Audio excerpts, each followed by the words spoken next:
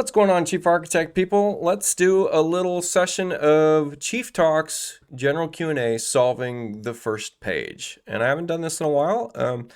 It shows up that I've looked at a few of these. So a few of these I'm going to have some knowledge of. Let's just get through the first one, which is this wall decals one.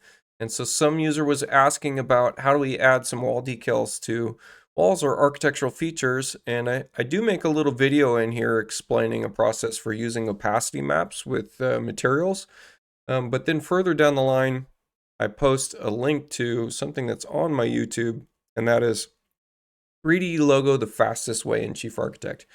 This is where we're going to take a raster base image, take it to convertio.co, which is a website, and we convert that raster image to a DXF file, which is a CAD-based vector file, right? And we get to import that back into Chief, do a little bit of cleanup, and create a solid from that, which then we can create a fixture from. Very cool. Something I didn't add in this video is you can limit the resolution of your source raster image so that it creates less breaks in your converted vector file. A little pro tip there at the end. And then you can see here someone utilized that tip to create their own 3D logo. Very cool. And then the last part of this was somewhere in here, a user named Tea Time, very helpful user, mentioned that you could add in that 3D file in as a hardware symbol. So convert it to a hardware symbol, convert to symbol, choose hardware. And then you could add it as, say, a deadbolt to a door with offsets so that you're creating these 3D logos in your door, which swings with the door. Very cool. So that's that one. I'd just say go ahead and go check that one out because those videos are already established. And then this next one, I'm actually going to skip past as well. The reason I'm going to skip past it is because this source file was of no help at all. And I am going to show you how to make an A-frame house with a second story breezeway connecting two A-frame houses, really. So two A-frame houses with a breezeway that connects them. And I'm going to show you how to do that the fastest way. And I'd say that that's kind of advanced content, something I'd put into my paid section of the site. So if you're a member, go check that out. That video is going to be out shortly. And let's get into the next one, X16 PBR. This user's showing the power of X16's physically based rendering. Very cool. This is obviously an advanced user. They've got some really good looking stuff going on in here. I will say they're using some really high poly count model stuff, but they're taking the time to kind of play around with the details here, which is really good. You can see here, if we zoom in tight, you can see that they actually recessed their knobs because by default, these would be mounted to the face of the rails and stiles. So that would be modifying a symbol in the y-axis. If you don't know how to do that, let's just show you in Chief Architect real quick. Let's just say we've got any symbol, doesn't matter the symbol. I'm just going to say that we're going to drop this hood in here. And if we open this up and we look at our 3D panel and we kind of rotate this view again, this leg represents positive Y value. So if I wanted this hood to be recessed into the inner panel of a 5-panel door, then in the Y position here, I would probably do something like 3/8 of an inch, right? And that's going to push that forward. And you can see this just jumped on that axis, 3/8 of an inch. So that's what this user did in order to get those hardware knobs pushed in there. That's a very cool little detail. They also created a board and batten texture. That's what's going on here. And so that makes it so that it scales uniformly no matter what the door size is. Very interesting that they chose to do a half and half split door. That's kind of strange. Could show you how to do that as well. Let's pick up a wall cabinet, open this guy up. A couple different ways you could do this. It really depends on how the box construction is on this. If you're using modulars, that might be one way of doing this versus not using those modulars. So I'm just going to say that this is a double door. Actually, that's not true. We're going to split it. We're going to split this horizontally, or excuse me, split this vertically. And now we get to specify one door different from the next. So I would be specifying this door that it's going to be a door auto left or door left, and then I can specify appliance door drawer and make this particular door drawer different from another one. So I can make this a slab door, I can make it a frame door, what have you. Now it might be that I specify it as that same door style and then go in and just paint that center panel so that one side was beadboard and one was not. So that's how we did that kind of two different door styles on one cabinet box. Let's see, any other notable in here? This is a floor inlay. This floor inlay is coming from using a material region or a floor material region. You can do this in a 3D view or do this in a plan view. So as I drop that floor material region in there, there we go. And this is going to be whatever your plan is defaulted for. Mine, the pro plan is defaulted for a very dark wood feature because sometimes I use this to just as a little border piece, right? And then you can, of course, kind of shape these to look like they're a mitered thing. So it doesn't need to just be one big center floor inlay. You can do a bunch of kind of trick things. You can do a full border around the sides, etc., and have those meet up. So that's a cool trick. And then let's take a look at some of the other views. Yeah, just looking really nice. Now the suggestion here, and I was confused about what they were asking for, but it was to add what are called area lights as a dedicated area light tool. Just means that we can take any kind of 3D geometry and apply an emissive texture to it, and Chief Architect now path traces and samples out that light as a light source. So it will trace that light and the number of bounces, etc. There is an add light tool built in Chief Architect, and that's an Omni light, which is it's a center point light where rays are coming out from all directions. That's different from putting a emissive texture to, say, a cube or something, where now we're tracking rays in the direction, planar projections in the directions of the cube's faces. So this is more a suggestion than anything else, really. How to set default render modes for recording a walkthrough. I'm not even going to check this out. I'll show you exactly how to set this up, and it's kind of a funny because this will mess with your default cameras that you pull through when you start to change things for the walkthrough tools.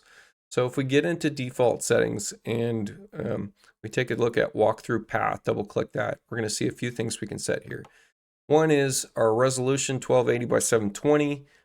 I have mine set really low, and I have my frames per second set really, really low because I use a third-party software that is AI based that will interpolate frames so that I don't need to render for as long. It will also digitally upscale and does a pretty good job with renderings because renderings are so predictable from frame to frame on what they're doing. So AI typically works really well for that. So I have a low resolution, low frames per second compression rate. And then this is physically based is my default rendering technique for this. And then where this is picking up its settings for physically based, that's where the trick is, right? So there is no setting that you can do within this dialog box. You have to come back to our, let's see, I believe our 3D view defaults and then rendering techniques. And this is where we'd have to set up our physically based rendering technique here. So this is where you want to increase that sample rate if you need to for your walkthrough path. Maybe something like 50 or 60, really depends on how many lights you have on in your scene. And then change your opaque bounces, transmissive specular bounces. For a video rendering, you might want to lower these down considerably because that's going to speed that up quite a bit. And then the last thing that I do in my walkthroughs, probably different from what was suggested in the forums here, is that I'll actually get into my camera tools, and the walkthrough path is going to use the full camera. So if I double click my full camera, here's where I can actually change the field of view of my walkthrough path. Let's just show you as an example. I'm going to change this to 10-degree field of view, which is kind of crazy. And you can take any camera that you've built, and let's just say you've set up a lot of settings for that particular camera. Let's just open this camera up, say that we've got this set to physically based thing. Notice that it definitely changed that field of view, right? Crazy.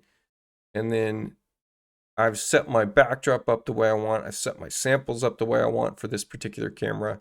So I could use this camera just by clicking on create orbital walkthrough path.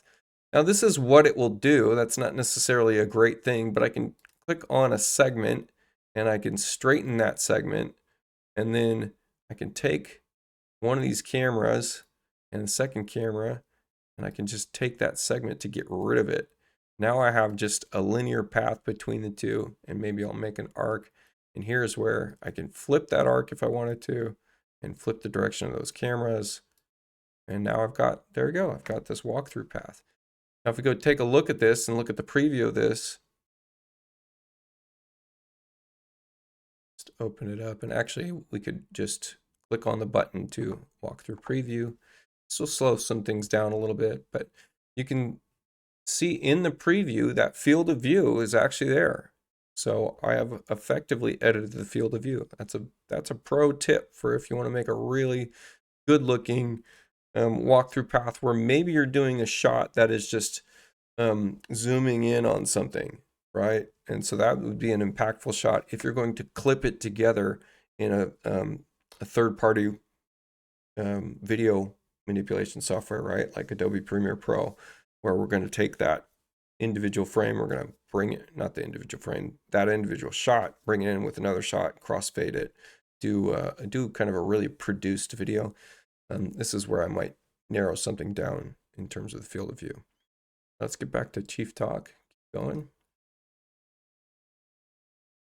Recessed baseboard. This is a really old thread. A really old thread that I showed a method for a long time ago. And that method can be used with other methods. And there's a shorts video on this. So if you get into my CA shorts playlist, you'll find this flush-based tutorial. Essentially, we're putting a wall covering into a room where all of the walls, their drywall, has an invisible material on it. And then we're putting a wall covering on up to just above the baseboard so that above the baseboard, it shows through to that invisible material, which creates the illusion of depth. So that was a method for it. And then someone has just recently expanded on this. Curved glass cabinet door. Oh, that's not what I was expecting to see. This is more of an arched glass cabinet door, not a curved. And notice that they are doing, this is a recessed door, which is a really challenging thing. But this door, I mean, this is just modeling. This is just straight modeling because this door is actually a one piece, right? It's an illusion of, this is not a fixed panel. So you're not just opening just the arched door and recessing it back. It's all part design. This is just modeling this in 3D with solids. That would be the solution there. I don't think I'm going to show how that works. The pocket door side of this is very, very challenging. I do have a pocket door in my library. I don't even know if I remember how I did it and how it works. It does work. It does animate. See if I can click. Don't think I could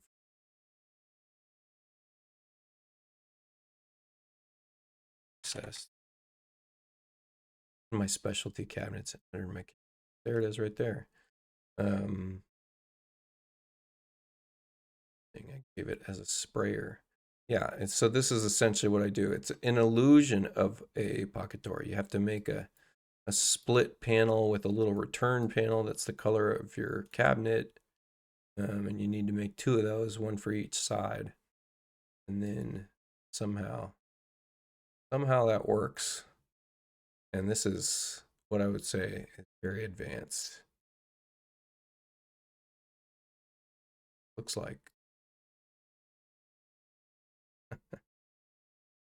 So, yeah, I know I have a working model of this in my library somewhere. I'm not gonna, oh, there it is right there. This guy. So it's actually when you open the doors, it closes. And you can see that those doors are sliding into that recess panel.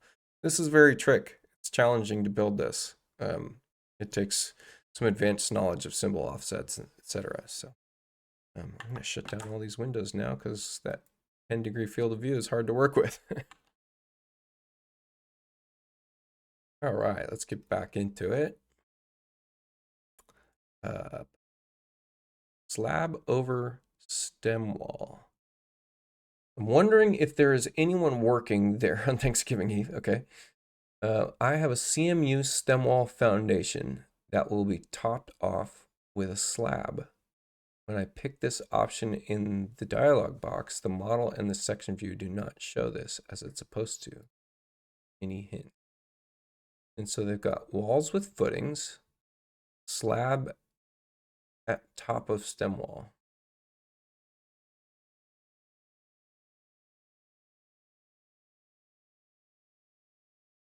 Well, this is specifically for slab tool or slab. It's going to be a little different. And then they specify the stem wall. If they were to use the slab tool, I believe it's different from what's showing here. Let me just give this a shot real quick. So if we get into that same build menu and we say slab at top of stem wall, and here's the default foundation wall. Let's actually make this, we'll get into the wall types, find this, and then we'll change that texture. And you can't just type in CMU, unfortunately. So you wanted that set up, you're gonna have to find that yourself and put in your own search attributes. I think what Chief calls it is some kind of grid or tile or masonry. Might call it masonry. Yeah, blocks running. This is what they're calling it. So what I would do is I'd say, hey, copy this to the user catalog and then put in search attributes, add a keyword, CMU. And so that's going to make it easy for you to find this next time. Okay. So there we go. I got my concrete wall. Bam. It's okay. Sure. And now let me get into alt build and what are we? Foundations. And then there's probably a slab. Or no, there's actual dedicated slab. You can hit escape if you're using mono keys and hit S instead. Slab with footing is F. Here we go. Slab with footing. Let's take a look at what this is doing.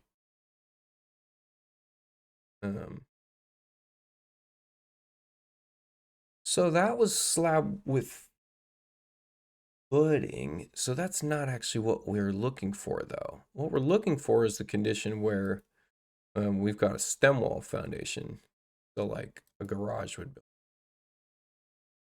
We got a stem wall, and this garage is going to be a slab. It's just, and we can see that the slab, like you said, is not built on top of the footing. But if we auto detail this, what ends up happening? Yeah.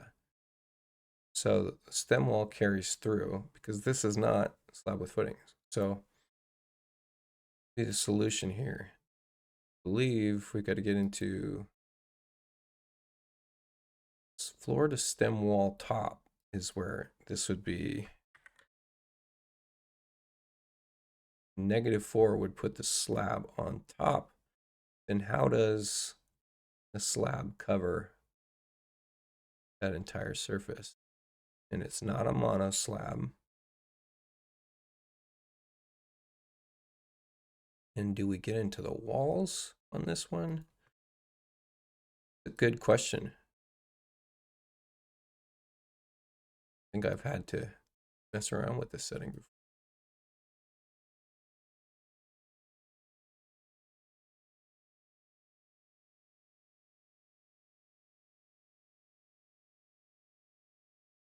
I guess the solution here would be the solution to me, I think.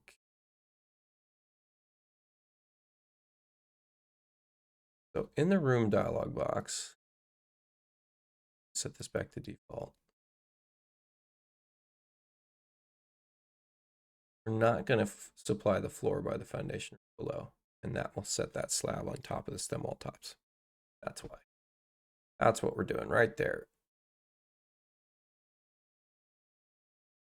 And so you can take any CAD tool polyline, right?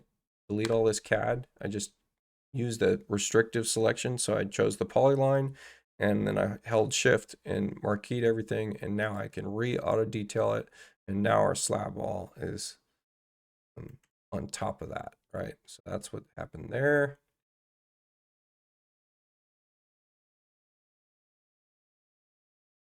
Yeah, slab is on top of that stem. Perfect. That's what we're looking for. Cool.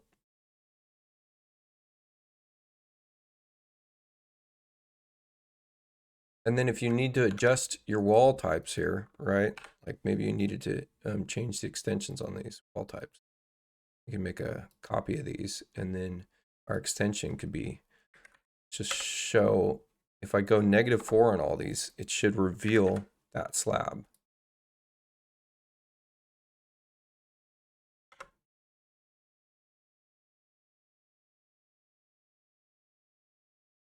Yeah, now you can see that slab coming through on the side. See the stem wall slab sitting on top, right? Little vector there. There you go. Cool. All right, next one. Air handler in the attic. I have another small house, 1,200 square foot on slab. Pretty simple house. Putting an air handler in the attic. I've done it 100 times. On my truss plans, I always note for truss manufacturer to make available space for these units. I'd like to step up my game and actually show this shape in my design. How do I make this happen? Do I need to create a floor for my attic, even though nothing on it is designated a room? Or do you model those trusses separately? Oh, they're trying to shape their truss. Well, they could just manually modify their truss if they wanted to. This is really funny from David Potter. However you decide to do it, just do it. Okay. Okay. That's pretty funny. um, Charles says hang a platform, 4 connection points, 2 adjacent truss top cords. Worries about overloading the bottom cords, etc. So I'm not quite sure what the end goal is here. Make available space for the units with the trusses. So then we're making a truss where the bottom cord does continue through, and then we've got basically you've got a knee wall situation. That's exactly what's happening here. I mean, you could get Chief to build it. Let's just shut down all these plans and do. So on the attic level, and let's just say that these 2 walls are gable, and we're just Chief's difficult with island rooms, so we might need to do something kind of specific here, but let's just give me a warning about building on the attic floor. I'm going to build one wall here that we're going to end up turning invisible so that this is not technically an island room. Notice that I am not able to select this as a room. Why is it set to no room definition? So now I have room definition and it's still not going to let me do that. Interesting. Select it all. Oh, no, they have room definition. Call them attic walls. Wait, this is a good question. I would almost say that this is would be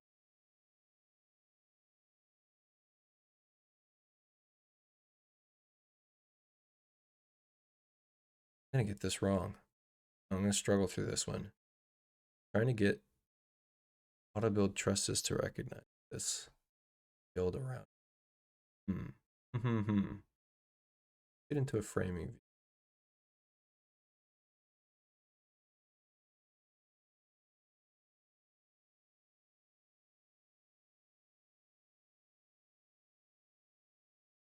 So the profile of this.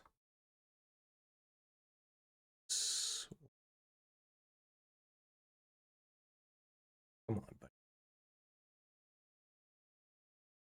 have been able to see this, but not from just the truss itself. The truss? What's rafters? And let's go back a little. Let's go in. Dialogue. Got trusses. Go. Heel height. Yeah, just leave that. Now let's build framing for these. Now I should be able to look at this truss. Yeah, so when it didn't automatically build above that structure. It'd be great if we could do that so that we didn't have to mess around and shaping it manually. I mean, I'm always a big proponent for just forcing something, right? Like build a second story through that condition, make that section that we got to build that truss over the top of. And because it's pretty clear that we're not getting room definition out of this, despite saying that these have room, which is very funny.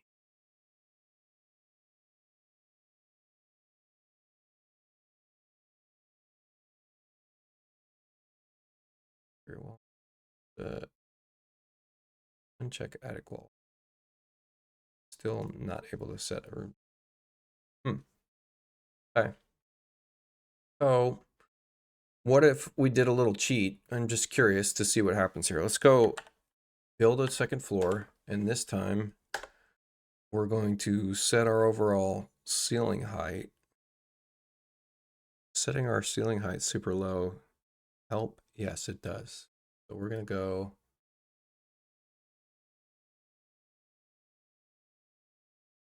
what happens there?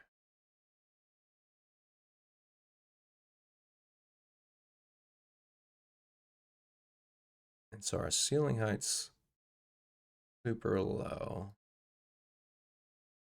And let's force a rebuild.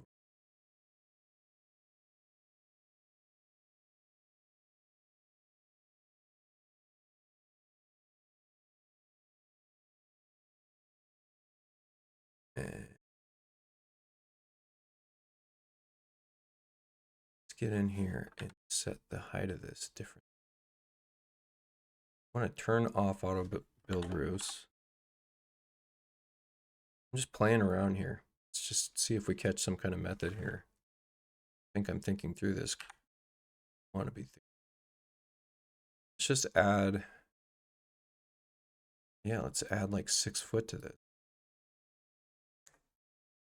Right, so that pushes it into truss envelope, and then yeah, look at that. Right, that just modified these trusses. So is this still a solid truss? It is. The only problem is it doesn't extend through.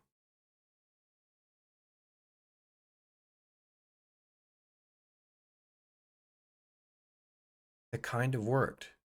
Let's go back to this room again and minus like 2 feet.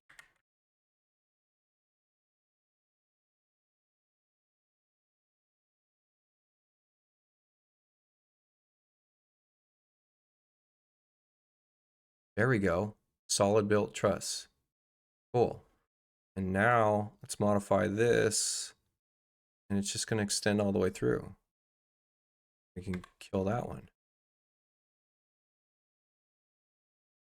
Right? In fact, we could just modify the shape. We could put a break in here. There you go. Bam. Problem solved. That's pretty cool. And so the main thing that I would probably do now is those are built. You don't need to keep that second floor. I don't think. Let's try this. It's just that you can't rebuild now after this. But the thought here is let's delete the current floor. It's D. Okay to delete the current floor. There's a problem. We lose the truss profiles. Right? Deleting that current floor got rid of all those trusses. They'd have to almost have to copy paste all those trusses on the floor below. Yeah, you could copy paste hold those trusses on the floor below. Same thing with the roof plane on the floor below.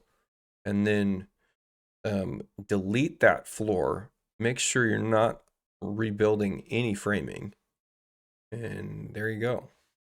Have that platform done and built, and you got your modified truss profile. That's kind of fun. That was a good one. I like that one.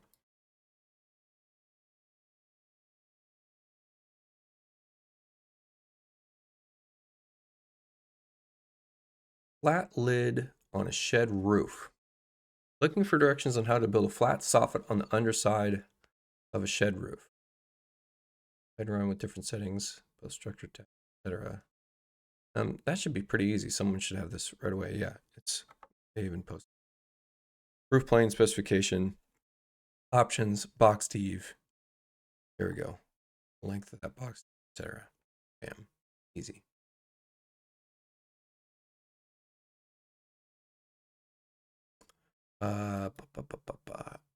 Attic wall. Okay, so this is just one where I would just say specify it the way you would build it. In this case, this would be a balloon frame wall. So that's all I said. I answer this one. It just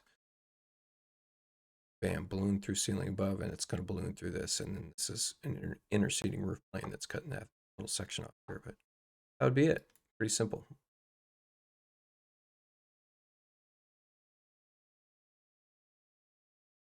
How do I just show the room name, not attic area? That's in your layer settings. Yeah, here someone's pointed it out.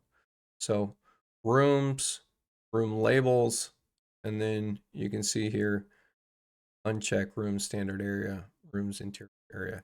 You have the pro plan. I don't show area. I show some other stuff. I show a ceiling height macro, and I give you options for turning that off, but that would be how you do that. Cool.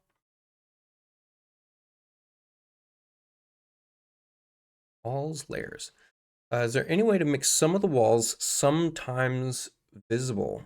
Interesting. Sometimes not. I'm under renovation. I want to make some compartmentalization, but I don't know which variant is the best way to do it. So I want to make various variants, this is a tongue twister, of positioning some walls and make them visible or invisible, and in the same time not affect the structure of existing walls in the project. I'm new. All right, so what they're trying to do is show different design iterations in the same plan file, and there's just no great way of doing that within one singular plan file, but you can always do a second plan file where you're showing that setup using reference layers. So let's just open up a second plan file, and in this case, I'm going to just drag this forward 4 foot, and I'm going to save this other plan file as example, someplace where I can find this. And then in my untitled, I'm going to turn on the reference display layer, and I'm going to specify that by changing the floor reference. Okay. And from here, we're just going to make sure that we are using the same current floor. Okay. Current floor could be reference display, etc. You could use XO or R if you want to just show when things are overlapped. And then maybe you, in fact, want to use the working display layer. That'd be another option, but this is showing roofs, all that stuff. And the last thing I forgot to do is actually pick the plan file, which is I needed to pick this example plan file. Here we go. There's our offset there. It's the same thing. If you're working in 3D and you want to turn on that reference display, you don't turn on the reference display in this case. What you do instead, and let's just get into the shot so we can see inside of here, is that you would click on the change floor number, and same thing, change that reference display to the example reference display. Use anything you want here in terms of layer set. So maybe you want to just show framing. That'd be something you could do. And then glass house is going to show up here as, there we go. We got a glass house, right? So just to show this as a working example, we could build all framing for our reference. Come back here and change our reference, change our layer set, our 3D framing.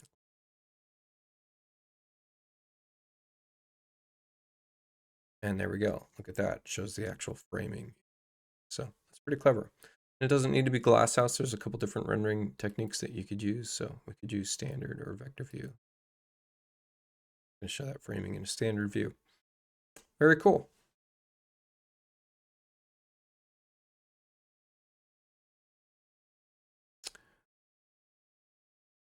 Getting through it. What are we at? 35 minutes. And yeah, it's about an hour pace. Floor joist framing to change direction to perpendicular where I specify. They're setting to change a joist direction perpendicular in a specific area. That's a little bit challenging because I believe you need to specify a certain framing member. Yeah, for a single platform, you'd have to generate another platform. You'd have to, put in an invisible wall or something like that. I thought you might be able to do it by, yeah, he added some bearing lines. There we go. Try this out real quick. See if I can't figure out. I thought there was a way to do this. Go to floor below and let's just say floor above. We can build framing for not gonna show.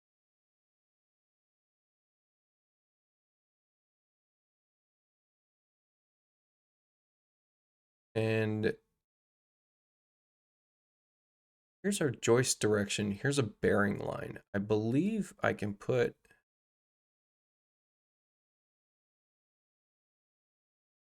direction.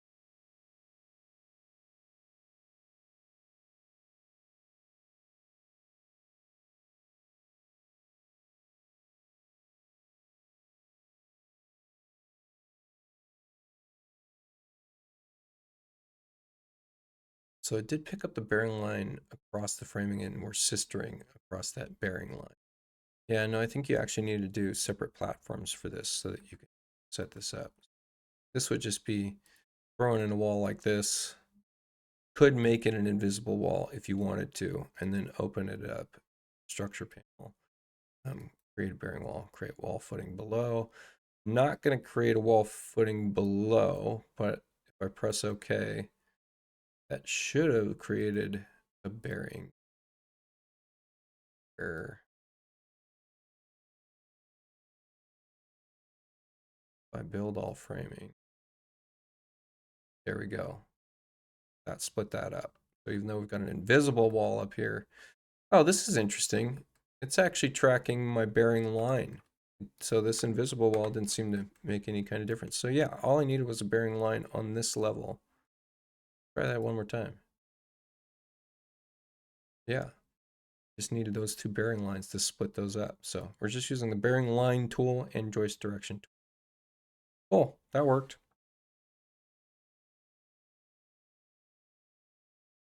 So we didn't need these walls. But he does mention that bearing line. Disappearing floor plan. Well, post your plan. Let's see. My working floor plan view disappears when I use the side scroll bar. I have to slightly move it back and forth to maybe get it back. Oh, anytime your stuff is just outside of the frame of shot, right? So for some reason you got zoomed way out over here, you can get into the Windows menu and fill view. And you could get to that very quickly using mnemonic keys, Alt W, and then fill view is just F. So fill window. And that'll bring it right back to square. So for whatever reason, if you've got this kind of panned way off to the side, Alt WF, bam, that works on Windows. Otherwise, if you're on a Mac, you just have to go window, fill window. Cool. And then hopefully you have your zoom key as well.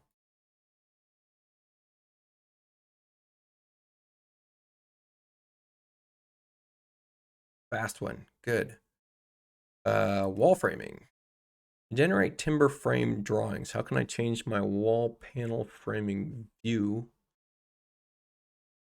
from the outside to the inside? There is literally a setting for that. Yep. Wall dialog, structure, uncheck view wall detail from outside. So, cool. Structure panel, and then, oh, that's interesting. There it is. Viewed wall detail from exterior.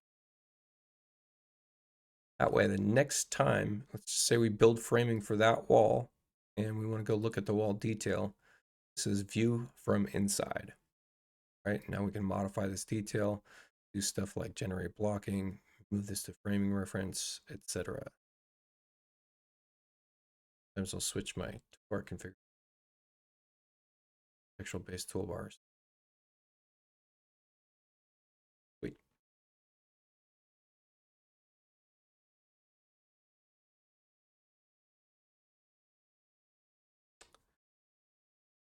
Why is text specification editing so slow in X16?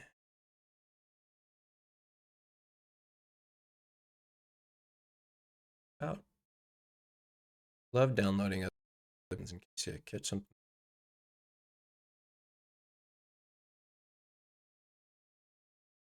Oh boy, that's a lot of text.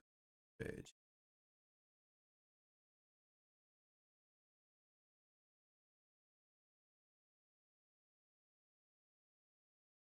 So editing text.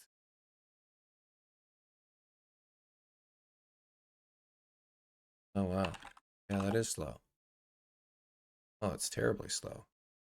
It's the quantity of text. Not sure. Something I do with this, by the way, stealing these specifications and checking them out for myself to see if I want to adopt any of them. Haha, thank you. And let's just Control Alt, Control C. Let's switch to a browser. Let's go Control N for a new browser window. And let's type in convert case as a search, and you'll find case converter, convertcase.net, where we can paste in this whole specification and switch this to sentence case to better match our own standards. That'd be one thing you could do. You could also Control A, Control C, Control N, new window, and go Chat GPT, and then I'm gonna actually go in and just start a new chat and say, please fix any cap. Well, we could use Windows H key to dictate. Please fix any capitalization that has to do with some kind of code citation or specification citation where the capitalization does not exist, where it's a lowercase character and we need it to be an uppercase character. So this will fix any of that specification writing that maybe needed some uppercase stuff, such as that R905.1.2. Right, so here it goes. It's fixing it for us. Cool. This is a great use case for AI, right? Fixing all that text. And I get to go steal this, so thank you. It's free. It's published on the internet. I gotcha. So I don't know why that's slow at editing. I would send it in. That's it's kind of a pain in the butt. Another thing that you could do, let's get back to that chat GPT window. Let's grab this. I hate that they give us a little blurb here at the end that I don't actually want to copy when I hit the copy button, but that's okay, we can clean it up. So what you could do instead would be kind of funny is you could put in here, just go macros, or no, we're just going to say, oh, what was this? HVAC spec underscore spec. And then I'm going to copy this.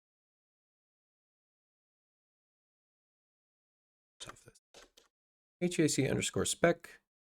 And let's just check this out. Let's go new. And here's that. I've got clipboard history, so I get to paste all this. Oh, in the case that it's putting some kind of headings, this is how it does a bold heading, is that asterisk asterisk. So you'd have to ask ChatGPT to remove any formatting if you want that to disappear. So that's kind of part of that. And then it should just be able to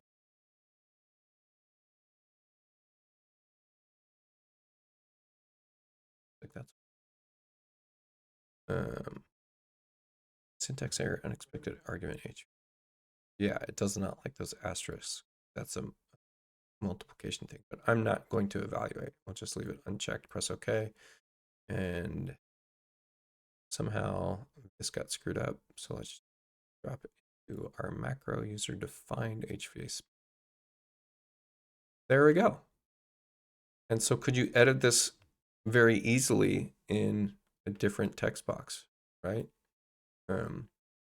Means that we could get into text macro management, HVAC spec, and type into our heart's content very easily. You could, and this would be more dynamic and faster to edit. So there's some consideration for you. Cool. I wonder what those other macros are. Sorry, Carmel Hill, we're stealing stuff from you. A flood zone. Very curious why there's nothing in these. These are just blank. Just callouts. No conditional statements, nothing. All right. Maybe you're playing around with macros.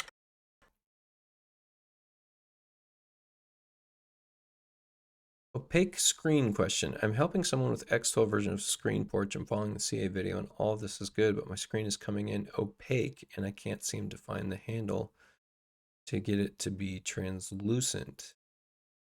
And you can just use a screenshot tool and upload a PNG. It would be a lot more helpful than doing these PDFs, because the PDF means we got to open up a viewer.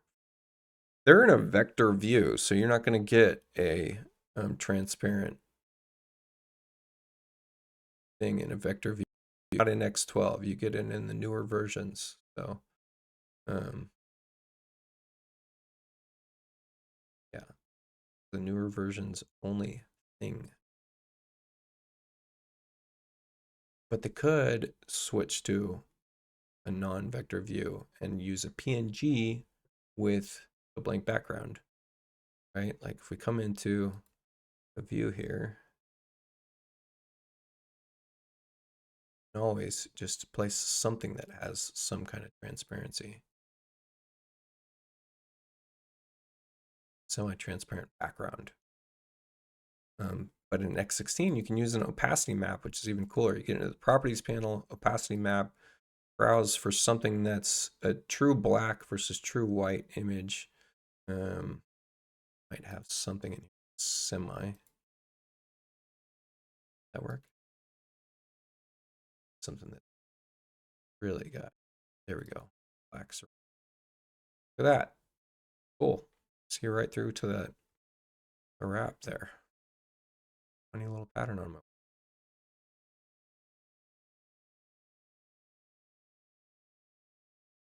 All right, what's next?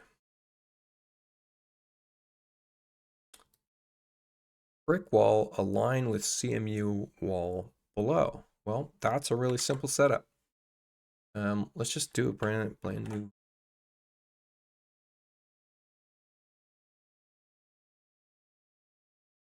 And use brick wall tool. Actually, this is my default. If you want to, you can add a custom place library object that is attached to a brick wall. It's very quickly. And what's nice about that is maybe partial part of this. It's going to be that I've got brick ledge wall. Look at that. Look how nice that is. Isn't that cool? It's all in my pro plan. Go get it. Great.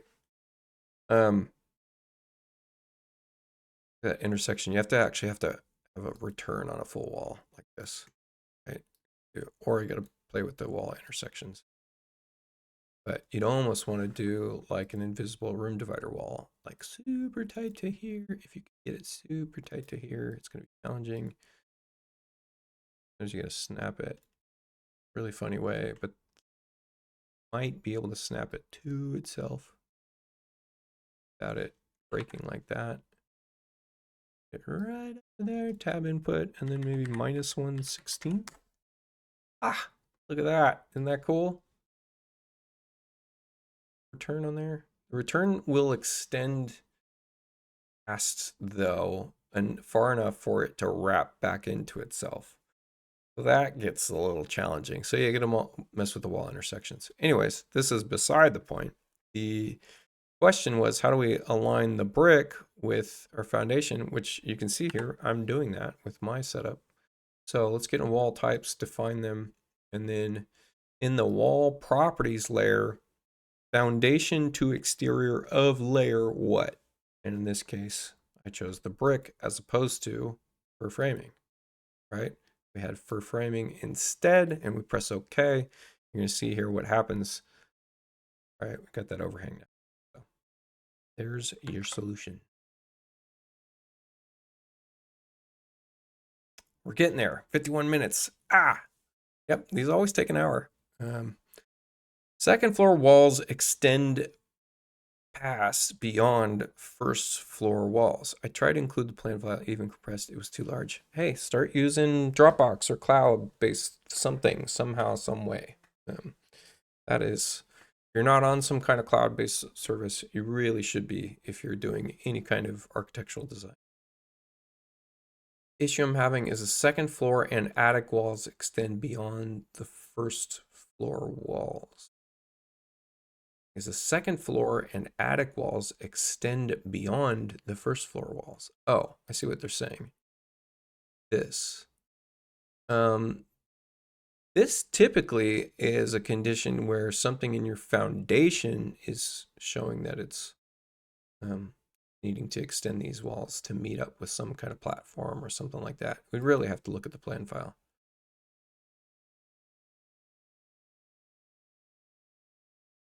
Yeah.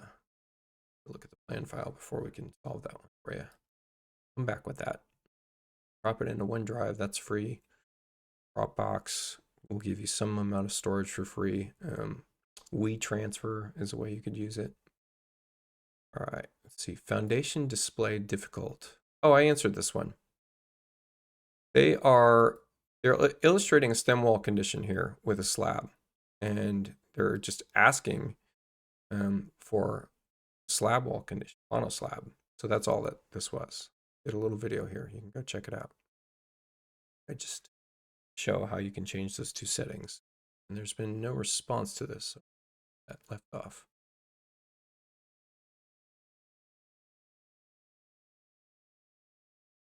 Why is CA pressure treated lumber orange color anyway to get it to greenish like it is in real life? That's very funny.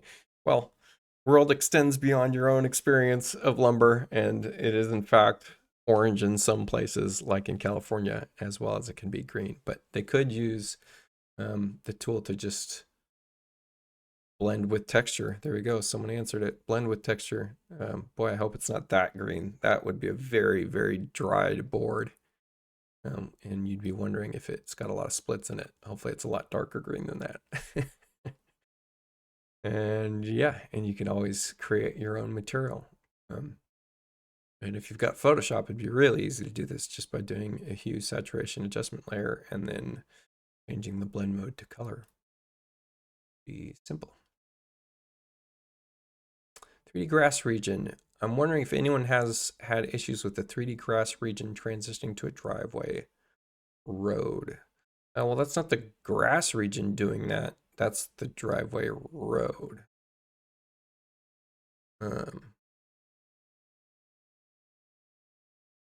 Yeah. This isn't specific to the grass region. It's specific to the actual terrain tools and the driveway road not quite cutting correctly.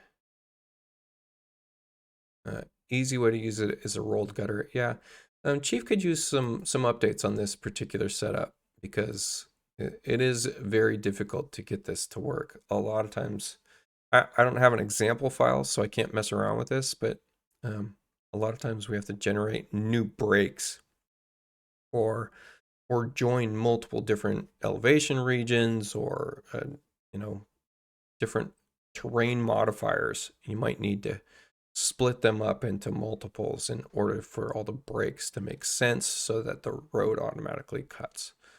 So you can do it. It can be challenging. And then another way of doing it is if you get your break, your cut correct, again, you could convert it to a symbol and bring it back in. Just depends. Looks like they got it fixed in a way. Like they may have made a modified curve. You can also make a curb profile. That would be another thing that you can do in slope terrain and make the curve profile be a molding and actually manually draw the molding in at an angle. I have a full molding that's a curb generator. Let's see if I still have that. It creates a ton of poly counts. So, like polys. Don't have it in my full library anymore. I took it out because it creates so many, such a high poly count. But it was a full curb and sidewalk molding that you could just draw along and then just shape. But here is an eased curb here. And so what could we do with this? So I could take an elevation, back, take the east curb, and maybe we'll use the trim tool. So, right, molding line in would have been the key there. And yeah, so I'm just drawing this line out, right? And that's a curb now. And you might want to extrude inside polyline so that that's the top of the curb, etc. Right? So for this molding, inside polyline. There we go. So you could just take a segment down, bam, take it over. And then for this particular segment, especially in X16, as we draw this forward and back up again to the terrain level and back over, for this segment right there, we have the option to remove molding from selected edge. That wasn't new to X16, but we've got some new miter capabilities in this case. But yeah, you can make your own curb if you wanted to. Somewhere. There we go. It's way out here. Look at that. Curb. And I mean, it will be diving into the ground in this case, but no, that looks correct. So there's a method. The madness. Cannot download catalogs. We're on the last one. That sounds like it's a really boring one. Trying to download manufacturer and other catalogs, but Chief will not allow me. There's no error message, but when I try to download, I see 0% progress. Then the window simply closes. Not sure what window they are referring to, but we can in fact download from within the software itself. So that's one way of doing it. Yeah, I'm unchecking filtered results. And look, my library browser is not showing anything suddenly. Oh, it's down here. So in like bonus manufacturer catalogs, we can view online catalogs and then right click and download catalogs. So you can do it right within the software. You don't need to go to Chief to do this anymore. There's a little pro tip. Let's do one more. We had a couple minutes left before an hour, so black glare in 3D view. It was some of my models. This looks like a looks very much like a driver issue with their video cards. I'm going to skip this.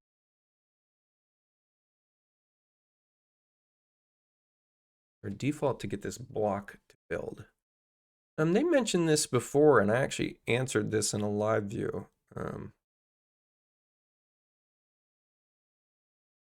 And now I can't think of how I even did it.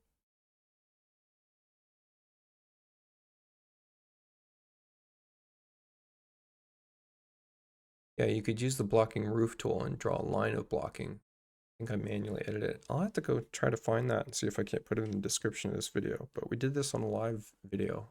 That same person asking showed this live 3D. I work a lot in 3D, so I'm going to start doing videos in the advanced section of my VIP, which is a paid membership area, where I show you tips and tricks for working proficiently in 3D, which is my preference. I've been working in 3D, spend 80% of the time in 3D on all my projects for the last, let's say, five years or so.